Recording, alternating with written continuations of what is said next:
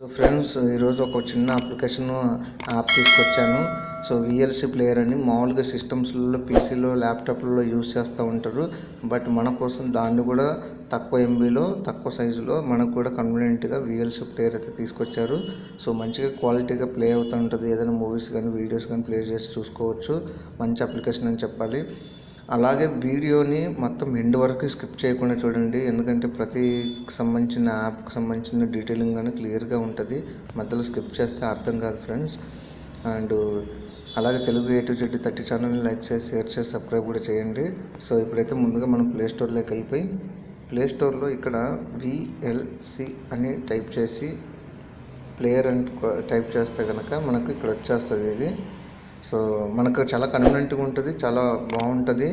మనము మూవీస్ చూసేటప్పుడు కానీ, ఇంకేమైనా చేసేటప్పుడు కానీ మనకు ఫార్వర్డ్, బ్యాక్వర్డ్ కానీ, స్టాప్ కానీ, ఇంకోటి ఫార్వర్డ్ చేసుకోవడానికి చాలా కన్వీనియంట్గా, చాలా కంఫర్ట్గా ఉంటుంది.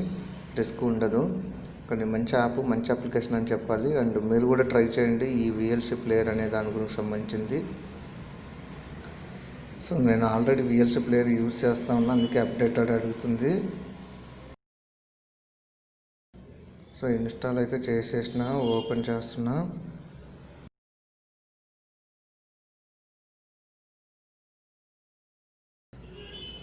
పర్మిషన్స్ అలో ఇచ్చేయండి.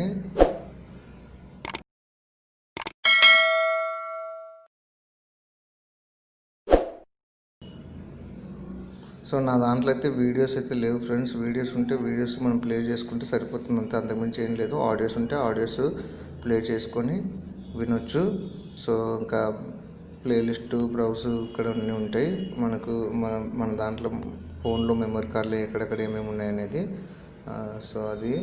సో అలాగే దీని డౌన్లోడ్స్, దీని రేటింగ్ కూడా మంచి రేటింగే ఉంది. సో ఈ వీడియో నచ్చినట్లయితే లైక్ చేసి, షేర్ చేసి, సబ్స్క్రైబ్ చేసి, సపోర్ట్ కూడా చేయండి friends. And thank you friends.